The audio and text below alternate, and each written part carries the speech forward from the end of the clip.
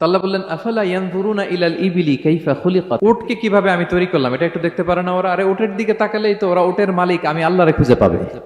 উটের কথা আল্লাহ কেন বললেন?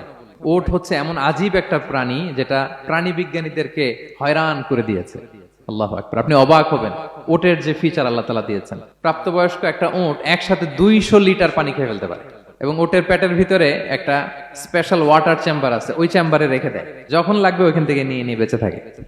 1 মাস না খেয়ে বেঁচে থাকে কি করে? ওটের পিঠে দেখবেন একটা কুজ আছে, এই পুরো কুজটা হচ্ছে চর্বির আধার। ওটের যখন খাবার থাকে না মরুভূমিতে, মাসের পর মাস যখন চলে, ওই চর্বি থেকে এনার্জি নিয়ে সে মরুভূমিতে চলে, সে না খেয়েও বাঁচতে পারে। আমাদের চোখের মধ্যে যেমনি একটা পাপড়ি, এরকম এক পাপড়ি দিয়ে উটকে আল্লাহ বানায় নাই, ডবল লেয়ারের পাপড়ি দিয়েছে। কারণ মরুভূমির মধ্যে চলতে পথে লু হাওয়া থাকবে, মরুভূমির সাইমুম, বালুর ঝড়, এই ঝড় মোকাবেলার জন্য, লু হাওয়া মোকাবেলার জন্য ডবল লেয়ারের চোখের পর্দা।